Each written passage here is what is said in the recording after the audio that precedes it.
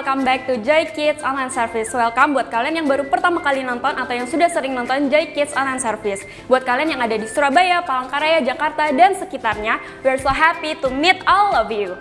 Nah, sebelum kita masuk ke praise and worship, ayo kita yel-yel dulu biar kita semangat, oke?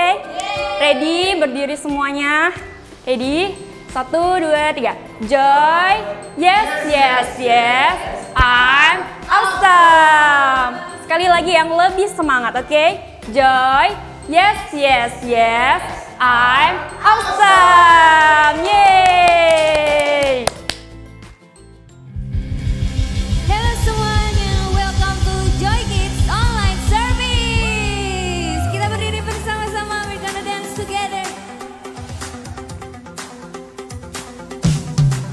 Wanna give you what you deserve and hold nothing in reserve. No matter how I'm feeling, I still believe it's what you deserve.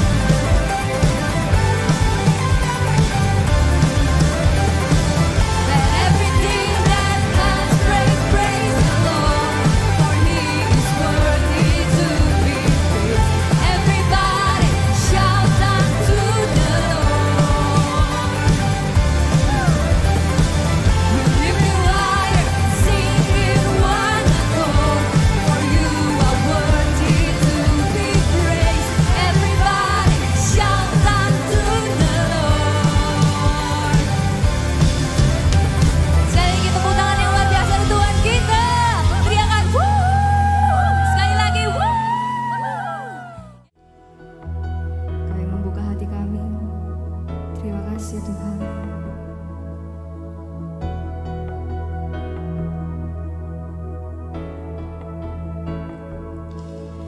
Dalam setiap musim, dalam setiap proses, tak pernah ku jalan sendiri.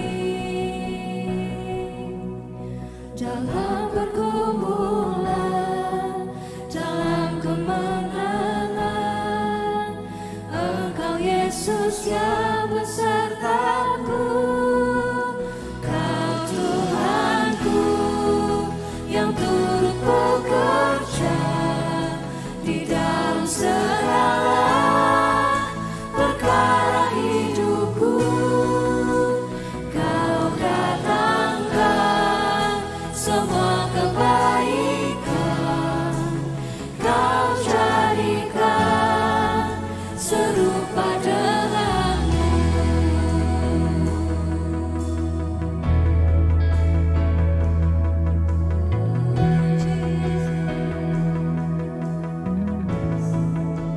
Katakan sama-sama. Dalam setiap musim, dalam setiap proses, tak pernah ku jalan sendiri. Dalam pergumulan, dalam kemenangan, Engkau Yesus yang beserta. Kita mau angkat tangan kita bersama. Kau Tuhanku yang turut bekerja di dalam segala perkara hidupku. Kau datangkan semua kebaikan, Kau jadikan serupa dengan.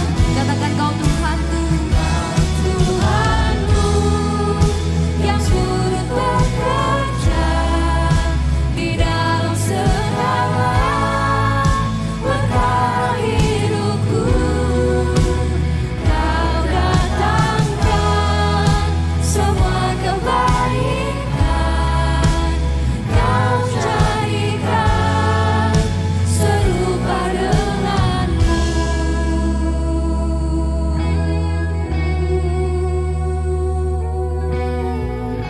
Terima kasih Yesus. Kami sembah Kau Tuhan. Terima kasih Kau sungguh baik bagi kami. Tuhan yang teramat baik bagi kami.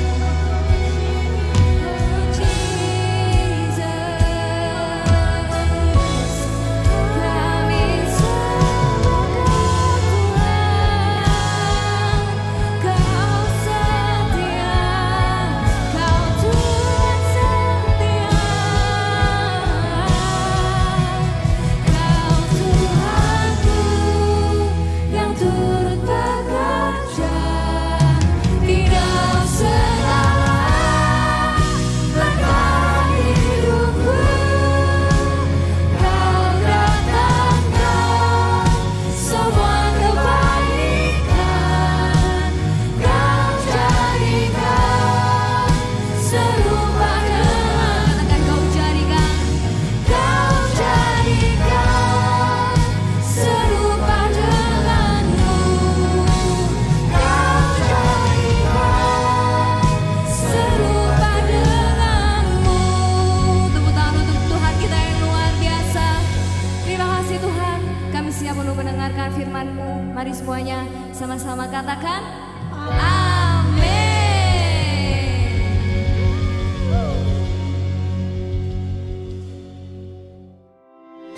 Sebelum kita masuk ke firman Tuhan, kita mau main game dulu. Jadi buat kalian yang di rumah juga bisa ikutan main, berdiri semuanya. Jadi nanti kita main gamenya itu menjadi patung. Nanti Miss bakal nyalain lagu. Jadi pas lagunya nyala, kalian bisa goyang-goyang. Nanti kalau misalnya lagunya stop, kalian harus stop. Jadi nggak boleh bergerak. Begitu, oke? Ready semuanya? Ready? 1, 2, 3.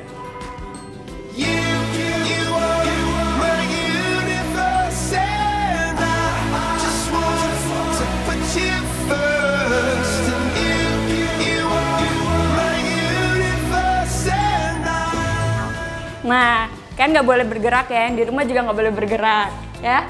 Bisa coba ganggu ya, apakah mereka tetap bertahan? Wah, lucu sekalinya ini bentuknya ya, kayak halo,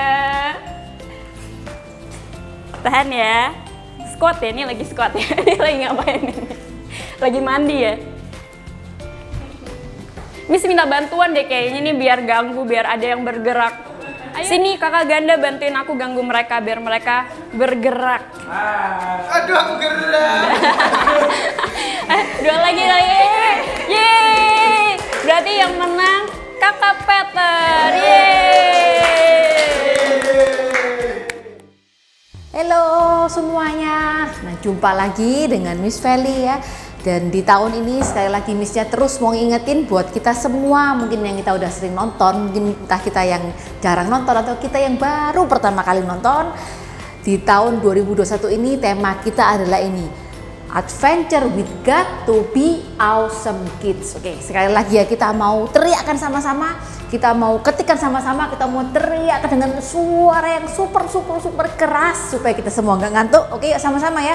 Adventure with God to be Awesome Kids. Nah, karena kita mau jadi Awesome Kids, jadi kita akan dengar banyak cerita yang istilahnya kasih kita inspirasi gimana supaya kita bisa jadi Awesome Kids. Nah, hari ini Missnya punya pertanyaan nih. Sebelum masuk cerita, Missnya punya pertanyaan. Siapa di sini yang pernah tidur? Tidur, Bobo pernah? Pasti ya. Kita semua pasti pernah tidur. Gak ada satupun dari kita yang gak pernah tidur ya. Entah kita yang baby, kita udah agak gede, kita yang udah mungkin kelas 6 SD, berapapun usia kita pasti pernah tidur. Nah, pertanyaannya satu lagi nih. Siapa yang waktu tidur itu bermimpi? Nah, ada yang boleh angkat tangannya? Itu ya. Oke, kita semua rata-rata pasti pernah bermimpi. Nah, satu lagi pertanyaan, siapa yang pernah waktu bermimpi, waktu kita bangun, kita lupa mimpi kita apa? Tadi tuh aku mimpi apa ya? Tadi tuh aku mimpi itu rasanya hatiku tuh sedih banget, tapi aku gak ingat mimpinya apa. Atau mungkin aku tuh dari waktu mimpi, aku tuh seneng banget, pokoknya happy, excited, semangat, tapi aku lupa mimpiku apa. Atau mungkin ada juga yang gini, waktu bermimpi itu waktu kita bangun tuh kita tuh kaget, kayak deg-degan atau ngos-ngosan, kayak capek habis dikejar-kejar atau lari-lari, tapi kita lupa juga mimpinya kita ini apa. Nah, kira-kira kalau kalian seperti itu, penasaran nggak? Kalau Missnya nih pernah ya sekali mimpi tuh bangun kayak capek banget, bingung nggak tahu habis ngapain, tapi lupa mimpinya apa, dan terus berusaha inget-inget. Nah, hari ini kita juga akan dengar cerita tentang seseorang yang dia itu bermimpi, waktu dia bangun, dia lupa mimpinya apa. Nah, jadi di zaman waktu Alkitab itu ada seseorang yang bernama Raja Nebukadnezar ya. Jadi setelah dia memerintah di Babel selama 2 tahun, Raja Nebukadnezar ini dia bermimpi ya. Dan dia bermimpi sesuatu yang sangat membuat hatinya itu kayak orang bingung, orang stres, gelisah. Jadi kayak galau gitu ya. Kalau kita galau mungkin buat adik yang udah gede ya, galau gitu ya, mau ini salah, mau itu salah. Itu yang terjadi sama Nebukadnezar. Jadi waktu dia bangun, dia merasa galau. Nah, dia bingung nih, apa ini arti mimpinya gitu ya. Mimpinya ini mimpi apa? Lalu dia panggil ya, karena di zaman itu ada orang yang disebut dengan kayak dukun, itu sebutannya ahli jampi. Ada juga orang pintar ya, istilahnya orang bijak yang bisa mengerti banyak hal yang orang-orang umum nggak ngerti. Lalu dia panggil semua orang, mulai dari dukun, pokoknya orang bijak, semua orang pintar, semuanya dipanggil berkumpul di istananya Raja Nebukadnezar. Nah, waktu itu Nebukadnezar bilang gini, oke, kalian semua di sini sekarang tak kasih tugas ya. Aku mau kalian menceritakan mimpiku plus artinya. Bingung ini orang-orang pintarnya. Hah? Gimana caranya kita bisa tahu apa mimpinya raja, ya kan? Memang aku nih pinter, aku nih seorang dukun, tapi aku nggak bisa tahu mimpinya apa. Dia nggak bisa mengetahui. Lalu salah seorang bilang gini aja raja, gimana kalau tuan raja ceritakan gitu ya, mimpinya apa? Nanti kita semua yang ada di sini kita akan bantu nih artikan gitu ya. Lalu rajanya marah. Saya tahu ya, kalian ini pura-pura untuk mengulur-ngulur waktu. Karena apa? Kalian tuh nggak ngerti apa-apa, kayak gitu ya. Nah, oke, lalu akhirnya pokoknya aku nggak mau tahu. Kalau kalian nggak bisa mengartikan mimpiku, menceritakan mimpiku, kalian akan aku potong-potong, biasanya dibunuh, dipotong-potong. Lalu rumah kalian akan aku hancurkan, semua seisi rumah kalian tuh akan aku bunuh. Gitu. Nah, akhirnya si salah satu seorang orang pintar juga ngomong lagi, iya Tuan Raja, minta tolong, maksudnya tolong diceritakan mimpinya apa. Kalau seandainya kita tahu mimpinya apa, kita pasti bisa menceritakan artinya. Kita pasti bisa kasih tahu raja artinya apa. Sekali lagi rajanya semakin marah dan semua orang itu diusir pulang. Lalu raja membuat keputusan dan membuat sebuah perintah untuk seorang panglimanya. Dia bilang pokoknya semua orang pintar, semua ahli-ahli yang ada di dalam negeri Babel ini semuanya harus dibunuh. Semuanya tanpa terkecuali. Rajanya pokok benar-benar marah. Nah, lalu pada waktu itu, di zaman itu hiduplah seorang yang bernama Daniel ya. Jadi Daniel itu hidup di zamannya Raja Nebukadnezar. Dia adalah termasuk salah seorang ahli atau orang pintar di negeri Babel. Daniel adalah orang Israel ya. Jadi kalau kita ingat ceritanya kemarin kita udah dengar cerita banyak orang Israel yang dibuang ke negeri-negeri lain. Nah, ini adalah salah satu cerita di momen itu ya. Momen ini adalah bangsa Israel ketika dia ditawan dan dibuang di negeri Babel. Nah, Daniel dia adalah salah seorang yang hidup di zaman itu. Lalu dia mendengar isu itu ya. Jadi dia dengar dari teman-temannya yang lain bahwa semua orang-orang pintar termasuk dirinya dan juga 3 orang temannya ya. Dan ketiga temannya itu adalah Hanaya, Misael dan juga Asaria. Nah, lalu Daniel menemui juga ketiga orang teman dan dia menceritakan apa yang telah dia dengar tentang orang-orang cerdik pandai, orang-orang pintar, semua ahli-ahli yang akan dibunuh oleh Raja Nebukadnezar. Lalu dia ngomong sama ketiga temannya itu, Daniel ngomong kalau gini ya, kita berdoa bersama-sama, kita berpuasa, kita minta tolong sama Tuhan, kita mohon sama Tuhan kita untuk kasih kita petunjuk ya, supaya kita bisa tahu apa itu mimpinya raja dan plus juga artinya, ya, supaya nggak ada seorang pun yang dibunuh. Lalu mereka berdoa dan kemudian Daniel menemui panglima perang itu. Dia ngomong sama panglima perang, oke, tolong minta kepada raja ya untuk kasih keringanan, beri aku beberapa waktu supaya aku bisa mencari mimpi itu gitu ya. Dia menanyakan kepada Tuhannya. Lalu panglima perang itu ngomong sama raja dan benar ya, Daniel dikasih waktu. Dia dikasih waktu beberapa hari, oke. Sehingga cerita Daniel dan teman-temannya berdoa, berpuasa. Lalu setelah itu di momen itu ya, ketika mereka berdoa, tiba-tiba Tuhan tuh kayak kasih Daniel tuh penglihatan ting gitu ya. Tuhan tuh memang hebat banget ya. Tuhan tuh bisa istilahnya kasih segala sesuatu pokoknya sesuai kehendaknya Tuhan. Kalau Tuhan mau kasih langsung ting bisa tiba-tiba muncul gitu ya.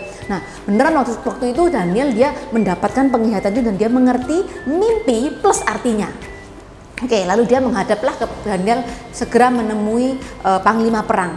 Panglima yang akan istilahnya membunuh orang-orang tadi itu ditemui sama Daniel. Lalu dia bilangin, oke, jadi saya sudah tahu apa mimpi dan juga arti dari mimpinya raja.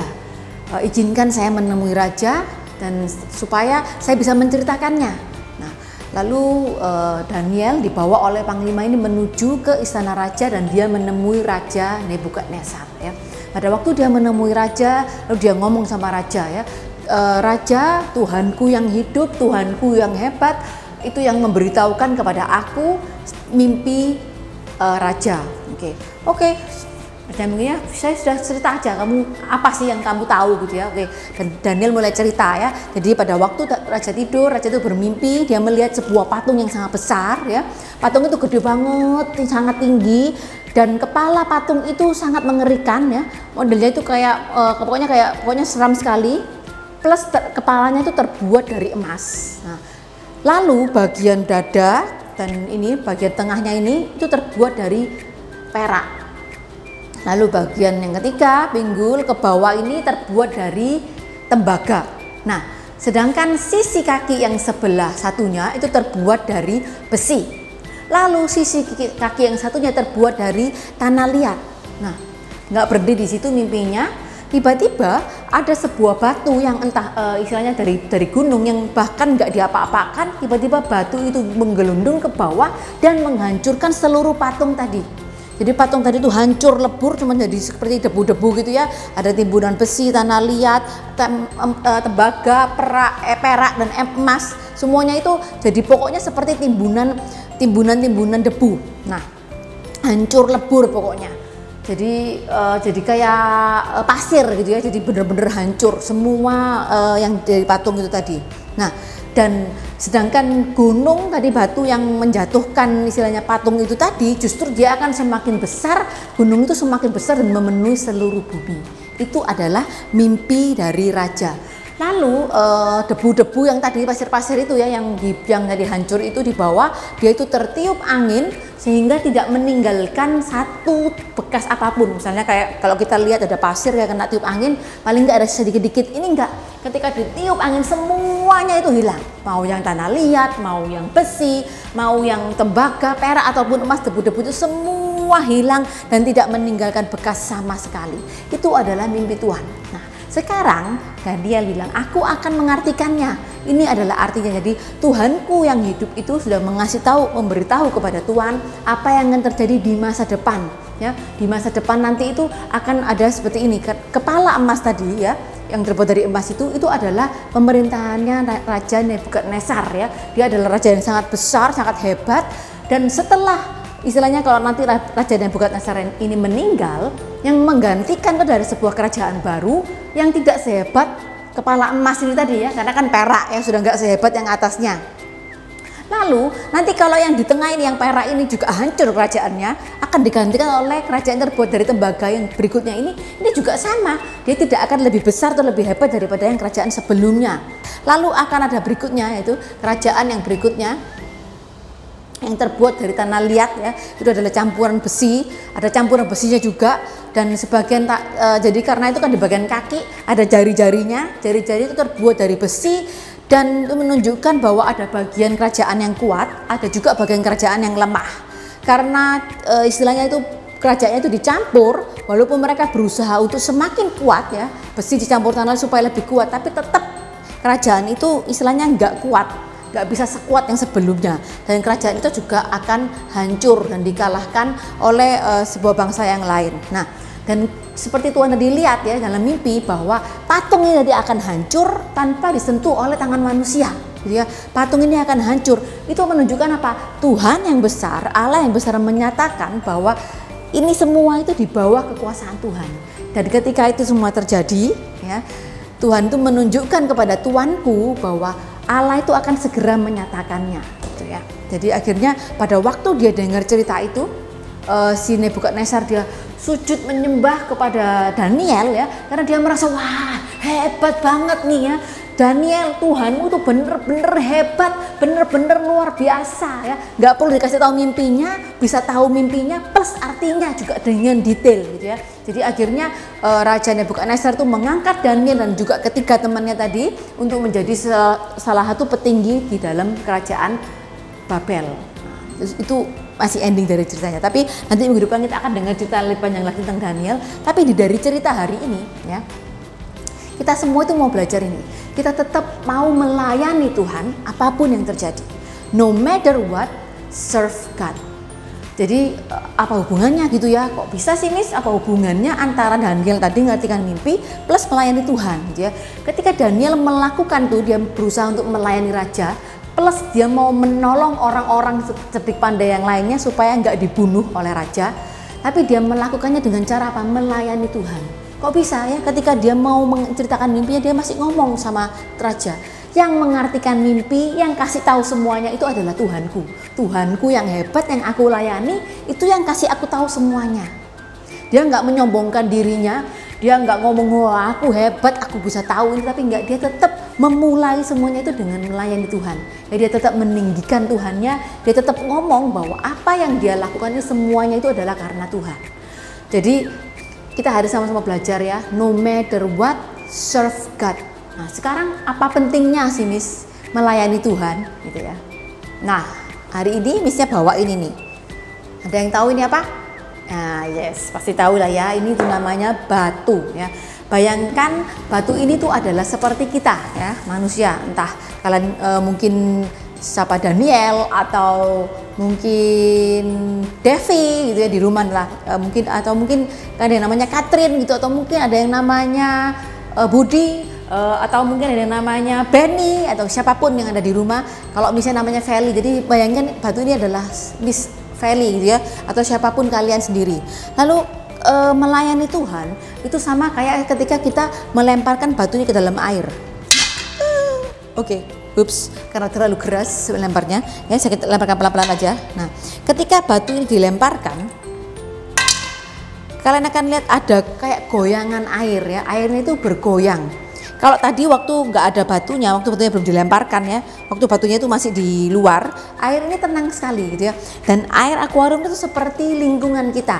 Entah rumah kita mungkin, keluarga kita, papa mama kita, kakak, adik, saudara, mungkin sepupu, emak, engkong, oma, opa, siapapun, atau mungkin teman-teman kita, mungkin guru sekolah kita, guru les kita, siapapun pembantu kita, atau mungkin mbak kita di rumah, siapapun yang ada di rumah, ketika kita melayani Tuhan, itu sama kayak ketika kita menggoncangkan air dalam akuarium ini dengan batu, jadi dilemparkan lalu ada seperti goyangan air ya, goncangan air yang ada di sekitar itu seperti kita itu sedang memberikan dampak atau efek kepada orang misalnya kita.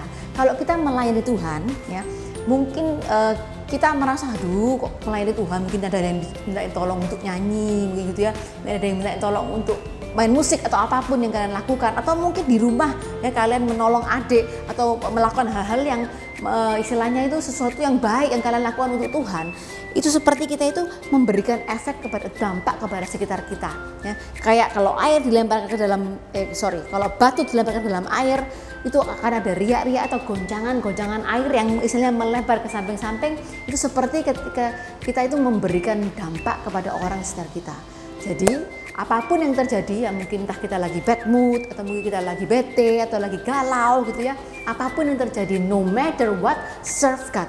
Oke, kita mau teriakan sama-sama, kita mau ketikan sama-sama, kita mau pokoknya sama-sama, kita mau katakan no matter what, serve God. Oke, sekali lagi ya, lebih keras, lebih heboh, mungkin lebih pakai caps lock atau lebih banyak lagi kata-katanya, no matter what, serve God. Kita sudah mendengarkan firman Tuhan, sumber kebenaran kita hari ini, no matter what, serve God. Ayat penuntun kita hari ini di Daniel 2 or Daniel 2. Ayat hafalan kita hari ini di 1 Korintus 12 ayat 5. Ada bermacam-macam pekerjaan untuk melayani Tuhan, tetapi Tuhan yang dilayani itu Tuhan yang satu juga. Or 1 Corinthians 12 verse 5, there are different kinds of service, but we serve the same Lord. Nah, kita udah selesai ibadah hari ini, mari kita berdoa bersama-sama. Lipat tangan, tutup mata. Tuhan, terima kasih Tuhan sudah mengumpulkan kami di tempat kami masing-masing Tuhan untuk beribadah online Tuhan. Tuhan, kami hari ini belajar kalau kami bisa melayani Engkau di dalam situasi apapun. Tuhan, berkati kami, kesehatan kami Tuhan, agar kami bisa kembali di minggu depan di ibadah online service ini Tuhan. Di dalam nama Tuhan Yesus Kristus kami sudah berdoa dan mengucap syukur. Haleluya, amin. Nah, udah selesai nih online service kita hari ini. Jangan lupa like, comment, and subscribe, dan share ke seluruh teman kalian. See you!